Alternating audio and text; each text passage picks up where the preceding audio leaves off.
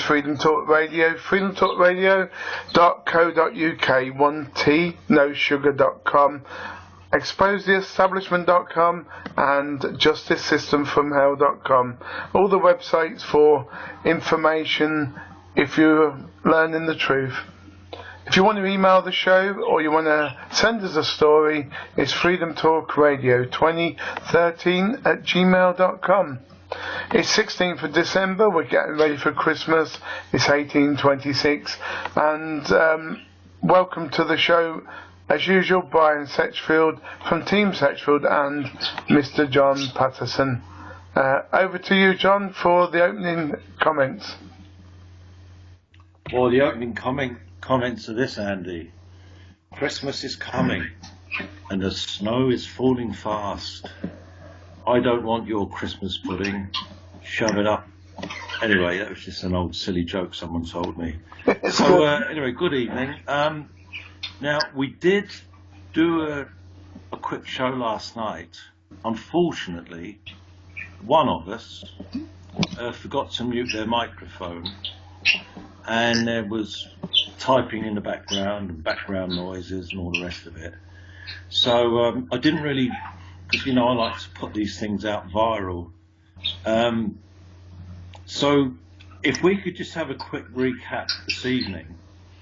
And I had contact today by a gentleman who wishes to remain anonymous, but wants to meet me. He's agreed to let me record the conversation, but not use his name. So I will actually put this into a transcript, or I believe Andy knows how to just use a different voice software. Anyway, it involves, among other people, certain Masons from his local lodge who are giving him a hard time. So it was right up my street. So I've said, yes, we'll help you. So I'm meeting him, hopefully, sometime next week in London. I've had another update from my lawyer, Edward Ellis, which is absolutely splendid news.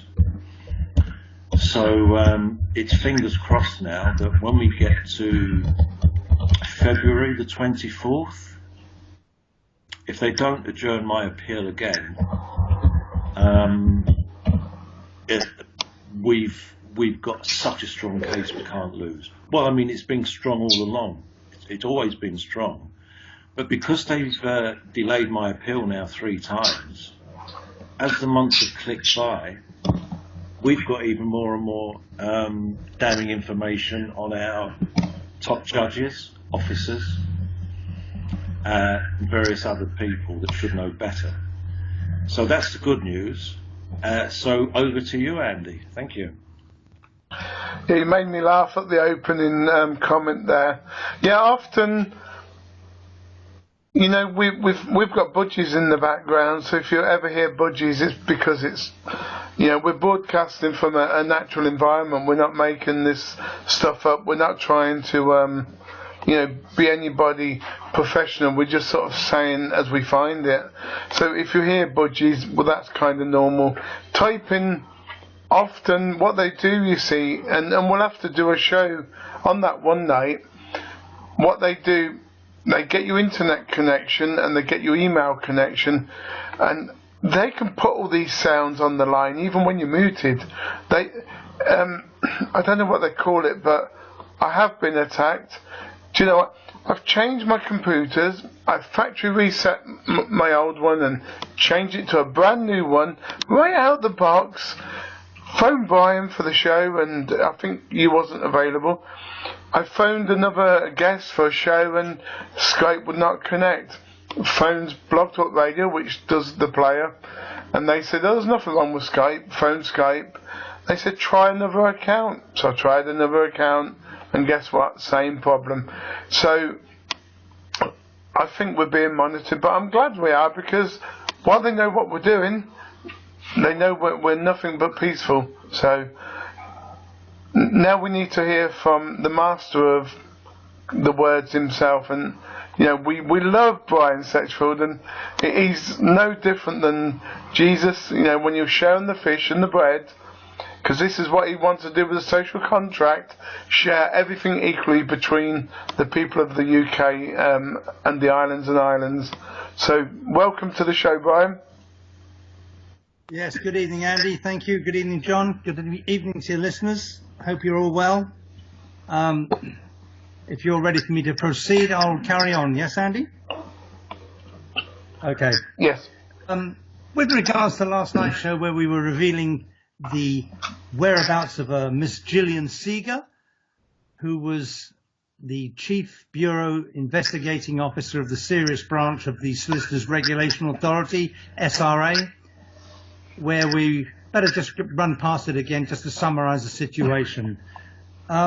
It was reported massive fraud, deception and money laundering and the theft of government money to her and solicitors that have been behaving out of their jurisdiction and behaving in a not an appropriate way that would be acceptable for the citizens of the UK to accept. We went into her, she got the file, retrieved that from Wayne Alsop, another man from the Law Society. She was trying to prepare herself to deal with the matter from a home email address, a home telephone number, home contact details.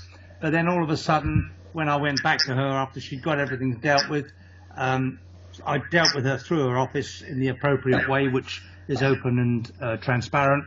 I was then told that she no longer worked at the SRA.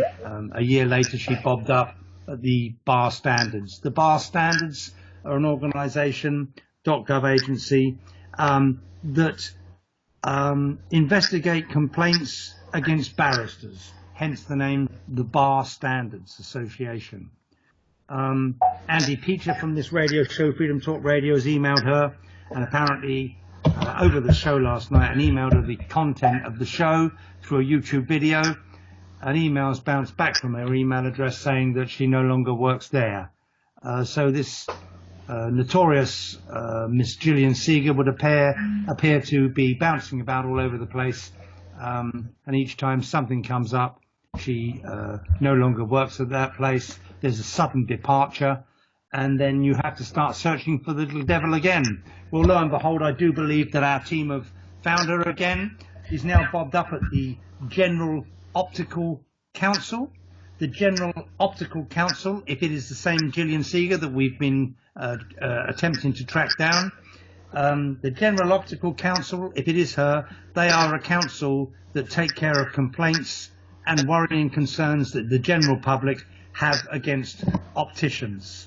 Opticians are obviously regulated, and if an optician has been dealing and not dealing appropriately and being fair, kind and considerate to his clients with eye tests and issuing of glasses and all the rest of it, then she's the person that you complain to. She's one of the general managers at the General Optical Council. Subject, that is, to being the right Gillian Seagar, which I'm being told and being led to believe that it is her. So we'll be chasing that up in the not too distant future.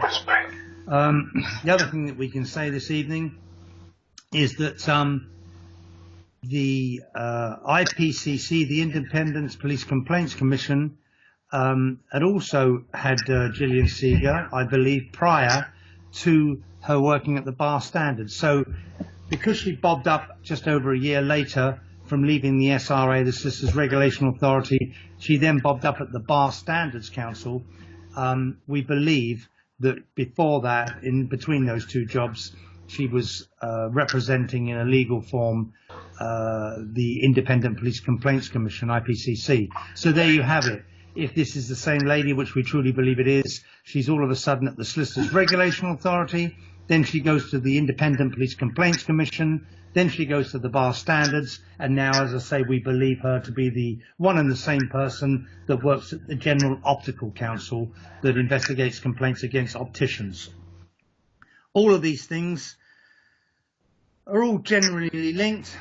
I mean, with the IPCC, the Independent Police Complaints Commission, they had reported by Team Setchfield certain members of the police force at the Metropolitan Police at Belgravia Police Station, where there was a Detective Sergeant Gary Meek, a Detective Constable Nicholson Smith, a male gentleman, and also the arresting officer that was involved in my case, which was a Detective Constable Sanda Nicole, S-A-N-D-A, Sanda, N-I-C-O-L, Sanda Nicole. Sanda Nicole now works down at Charing Cross Road Police Station. So Sanda Nicole had been doing the people that had broken law over a civil case that had taken place, and they'd lied and cheated their way through the High Court. They'd contacted her because my lawyers were contacting their lawyers, but she came to my home, made an arrest, an illegal arrest, with no evidence, no nothing. And then when we went to the police station, she revealed to both myself and my wife that it wasn't me that she was after. It was indeed the bogus lawyer that was involved in my case that wasn't a lawyer at all. I know it sounds confusing, but his name is Mr. Neil Hilliard Peakle, P-E-A-K-A-L-L, Mr. Neil Hilliard Peakle. He was a bogus lawyer, but purported to be a lawyer to me, became a friend of mine, but all the time he was double-dealing me on a double-edged sword, and lying and cheating and deceiving me when he should have known better and should have been treating me with respect and honesty and truthfulness. Anyway, the DC Nicole revealed to me that it was indeed not me that they were after, but it was Mr. Neil Hilliard Peakle, the bogus lawyer. Well, being it was that they were after this bogus lawyer, Mr. Neil Hilliard Peakle, when they arrested me, he was sitting in my lounge, assisting me as my lawyer. They didn't even speak to him, but they knew full well who he was, because she said, "Oh, you must be Mr. Peakle." Well, if it was him that they were truly after, then they should have arrested him there and then. But because the three police officers, under the guidance there of Detective Constable Sanda Nicole, they were nothing more than vile villains themselves, and those three officers are involved in the premeditated theft of government money, fraud, deception, money laundering, and a potential murder. So they know full well what they're involved in and what they're wrapped up in. I have contacted DC Sanda Nicole, and she put the phone down on me. Then when I phoned her back, it was on her private telephone, mobile phone. She said, "You shouldn't be talking to me. I'm not allowed to speak to you." Well, I'm sorry, my dear. It's prison for you. And the sooner that you're behind bars, the easier I shall be sleeping, and the better the people will have it, the citizens of the UK, knowing that someone like you should be serving a custodial prison sentence for being a liar, a thief and a cheat, and for causing somebody mass hurt and mass problems within their life. As soon as we get this festive period out of the way, we'll be drawing DC Sanda Nicole back into the frame, along with her boss that came with her, who was Detective Sergeant Gary Meek, and along with the thug that they brought down with them, who was Detective Constable Nicholson Smith. Nicholson Smith, I don't believe, no longer works for the police. It may have been that he wasn't a police officer at all, but when he braced himself up, flexed his muscles in my lounge, didn't impress me at all. When they went to they asked me after they arrested me 3 times in my home if I'd join them in their car to go to the police station. I said, yes, I will. Let's go and sort this mess out. Detective Sergeant Gary Meek stood forward and said, "Listen, Brian," he put his arm around me, quite courteously and kind and comforting me, said, "Don't worry about this. It's cold outside. I don't want you to get cold. Have you got a bigger coat?" I said, "No, I'll be fine." That showed me that the whole thing was a farcical event and a pantomime that was just orchestrated and placed into position in order to frighten me. Nothing frightens me, and if they want to come back to my abode, or I'll come to their police station, wherever they're working from, and I will personally arrest all 3 of them myself and take them to a police station where they can be questioned, interviewed, and then hopefully, with the evidence that I can put forward, charged for the mischievance that they caused, and for the fraud, deception, lying, cheating, and for the potential murder that they're involved in. Over to you, Andy. Yeah, can you just spell Neil Hilliard Peakle again for me? Yes, his name is Mr. Neil, Neil, Hilliard, Hillyard,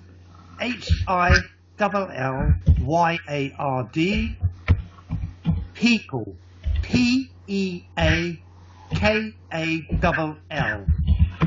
Okay, yeah, it's just...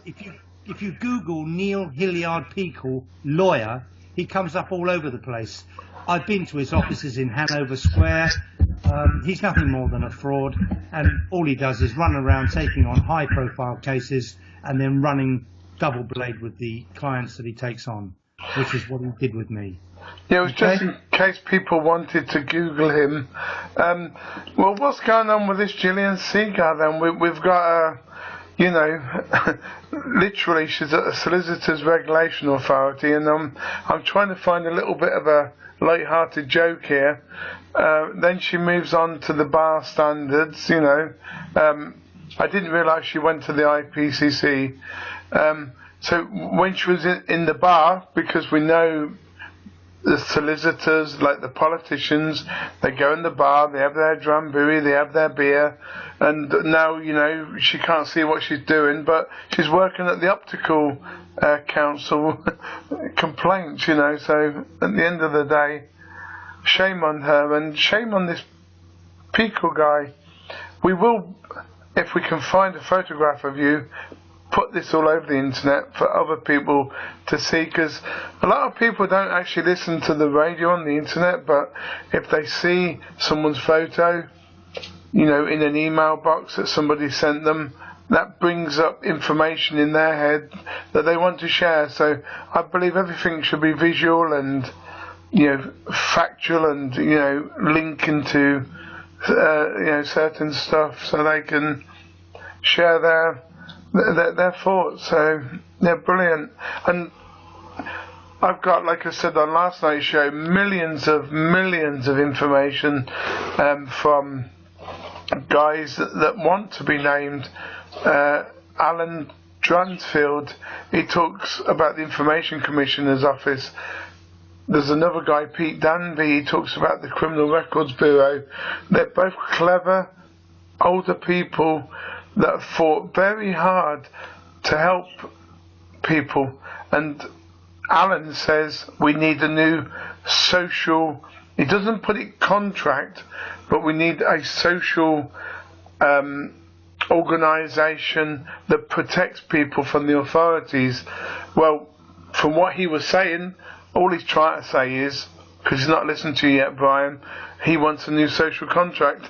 And then we've got Pete Danby. He's had a lot of problems with the police, and he's helped people who have had problems with the police, but he's also a nurse, or he works for learning disabled people. So every person I speak to, and I don't know why it is, you know, I'm very rarely do I get somebody who I think, well, Christ, I can't work with them because, you know, the story's too far-fetched, or the hard work. I've had a couple of the hard work cases, but not many. I was expecting, when I'd done this 3 years ago, there's all going to be hard work. There was going to be no benefits but pain in the head. But I've absolutely enjoyed every minute of this. 3 years now, 2013 to this very day, the 16th of December 16. That's why my email is freedomtalkradio2013@gmail.com. I was directed to the internet somehow, and I became an activist on that date. So I'm 3 years old today, and I aim to be here another 3, maybe 9 years, maybe 12, but I've certainly got the next 10 years free for activism. You know, they'll make me 60 then, and maybe I'll get my slippers out then, get my pipe. I don't smoke, but, you know, metaphorically speaking, get my pipe and chill out and you know, do what other people do when they're older. But at the end of the day, I wouldn't be doing this if there wasn't any truth in it, and it wasn't helping people. Now, I want everybody to visit all the websites, you know, oneTsugar.com, ONETSUGAR. Sorry, well, you know what I mean anyway, because that's why this is, live radio, and we don't make it up as we go along. We make mistakes.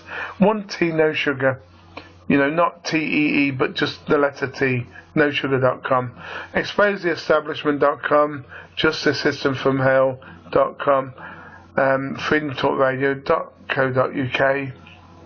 Just email us any information, because we want more stories for Team Sechfield, and we want more people to expose all these hooky lawyers, I'll call them.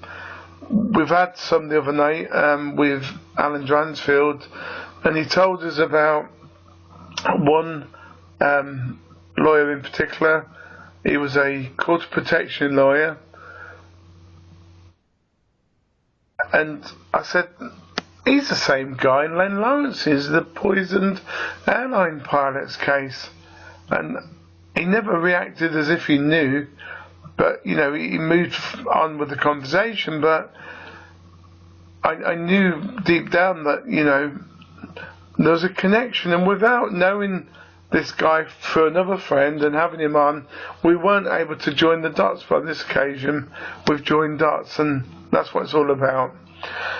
On my other website that I'm helping an old lady now, she's 70 odd, she's been campaigning for children, screamtobeheard.com for many, many years. 30 years she's been trying to get a safe house for the children who run away from the care system or that have been abused on the streets.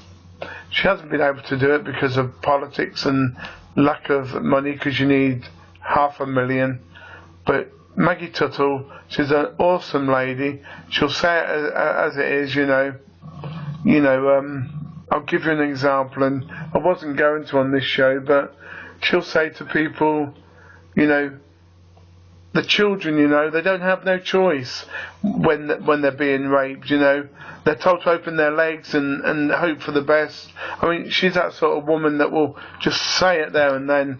I mean, she's been told off for that particular remark, but there are other ways of saying it. She has dedicated all her life, all her last 30 years of helping people.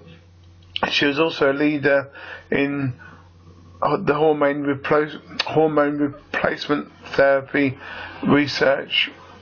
Maggie Tuttle, Google her, she's an excellent lady. So on her website, we're doing stats, and I'm the webmaster there, on how many children are in care now, how did they get there, who was involved, what agencies, what lawyers, what councillors, what MPs, what teachers, what agency, like a counselling service, a foster service, and so on. Every single aspect of the money. We'll link it back to the stats that have been produced every year and the Freedom of Information requests that have been replied to in a big database, and we'll see who's lying. So all this really does the same job. It's got the lawyers as well, good and bad. You got the barristers, good and bad. You got the police, good and bad. And it's one database on childrenscreamtobeheard.com. When I get the information in every day in the email box, I mean, I haven't started the database yet, but I'm getting 20 emails every day with, stories about this lawyer, that lawyer. Really are at the moment overwhelmed, and I do, ask you all, if you've got some spare time, it's not rocket science, it's not hard work, please give me a hand. I'm trying to get the truth out, I'm trying to get the information out, I'm trying to get the radio shows out, and I'm even going to tease myself even more in January onwards. Probably the end of January maximum, it'll be live by then. I want this to be videoed now because I'm sick of talking to the computer screen. I'd rather be talking to John and Brian here, face to face, showing examples of stuff by sharing each other's screens. Through Skype you can put up a website when you're on Skype, video and say, can you see us, guys? You know, here's the evidence that we needed. It's here. I'll highlight it. Yeah, but I need more people. So if you can help us volunteering, Freedom Talk Radio 2013 at gmail.com. Facebook, Andy Peacher, Andrew Peacher, Andrew C, Andy C, Peacher, any combination. I have to have many profiles. I have to have many emails. I have to have many websites just to get this information out. And in a way, it's not hard work, because when the information keeps coming, it's absolutely fantastic. It's just that when you get overwhelmed or you get technical problems, and technical problems you have every time, every day, but do it for the people, no more, nothing less. But Gillian Seagar, in this case, and that other gentleman, what a name anyway. I mean, it's not his fault, but Neil Hilliard Pickle. We need to name and shame these guys. You know, because this man was naughty. He was pretending to be a good lawyer. In essence, he was totally the opposite. Lawford Services is one of his names. From New Haven. Company number 08371843. 2013, 23rd of January until the 31st of January. Well, I have a company for 4 weeks. Anyway, over to you, John or Brian. Yeah, thank you, Andy. When you're mentioning lawyers and solicitors that, you know, people come and complain and report it to you, what it basically means is they probably reported it to the SRA, the Solicitors Regulation Authority, or the Law Society, or both, or the police, but nothing ever happens. You see, what the problem that you've got, the law system in this country is a farce. When you look at a lawyer, you go and see a lawyer for whatever it is. It could be for an accident in a car. It could be something that the police have pulled you over for. It could be a divorce. It could be a boundary at your house. It could be any dispute or any civil matter or criminal matter. But when you go to a lawyer, they range between £200 to £300 an hour plus VAT. Now, the sort of people that have to go there and that find themselves in a once-in-a-lifetime bit of strife, they're ordinary people. They haven't got £200 plus VAT an hour, you know, which is £240 with 20% VAT on top. They haven't got £300 plus VAT is £360. They haven't got these hundreds of pounds to pay somebody per hour to represent them. They're just ordinary citizens working in ordinary jobs with ordinary lives. So once again, what that means is that they are priced out of the legal system. They haven't got 10,000 that they can put in the client's account or the solicitor's account to act for them, so they can run along and just burn their money up willy-nilly. They haven't got that money. So once again, they're priced out of it. And that's the whole point. And then when the solicitors do get hold of a case, if they have to fight another solicitor, you normally find 9 times out of 10, or even higher than that, 99.9% of the time, that they shy away from fighting any other solicitor. I've seen it so many times, which is why we don't bother with them anymore. All we do now is when solicitors get involved with us, we just turn it around on them, and you find that they just run away, like the solicitor down in Wales. You know, he got himself wrapped up in my case and Team Setfield's case. He was dealing with other cases down there in Dolgethlau in Wales.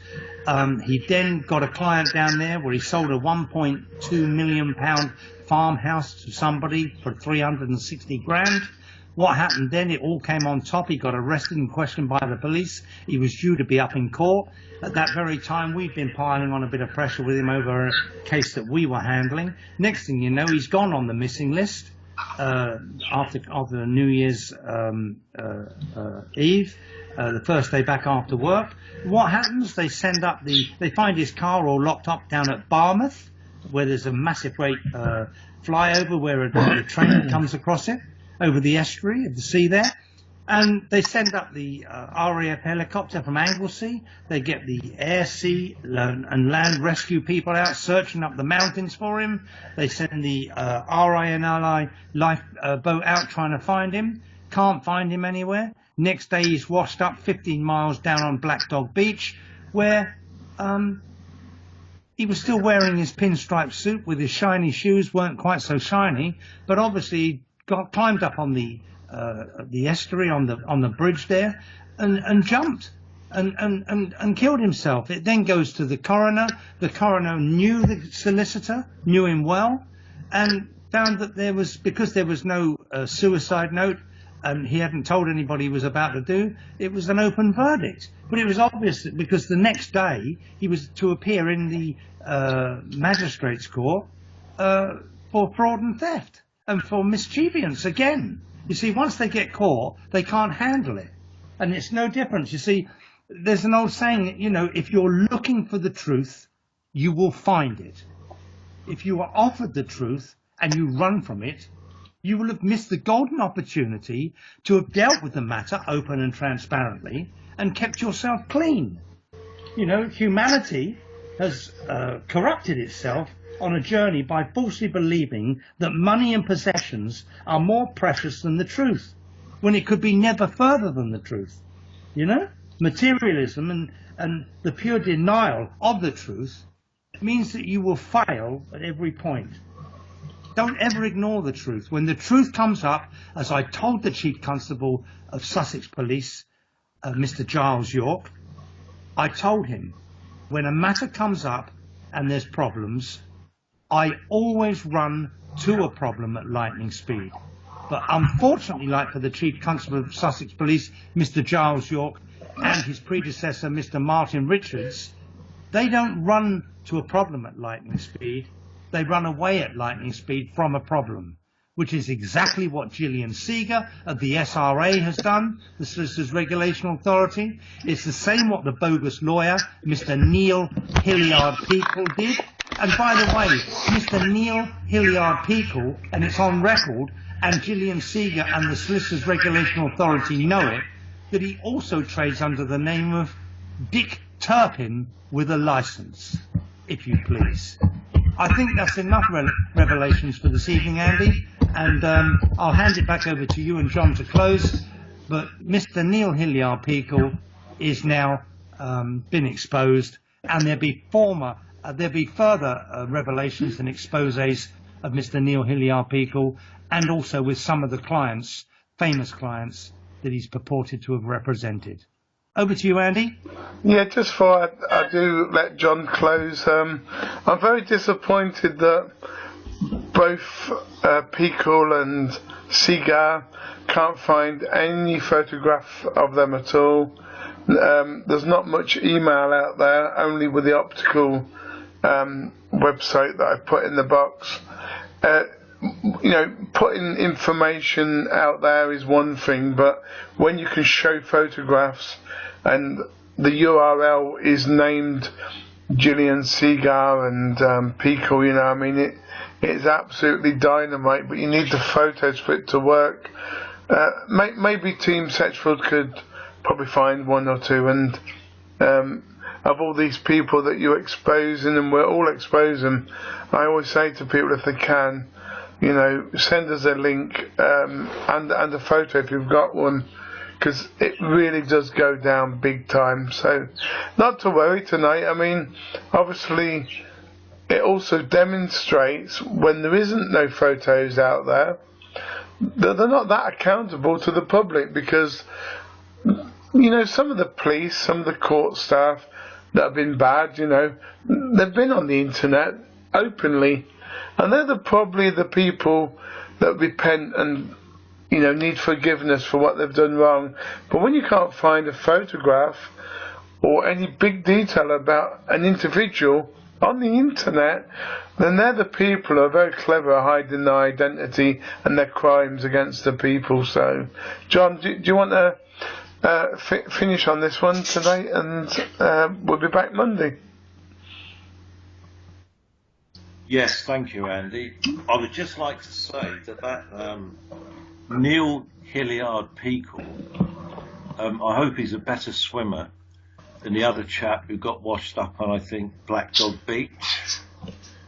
Because, you know, a lot of these people, I'm afraid, as they become exposed, we may see a lot more of this.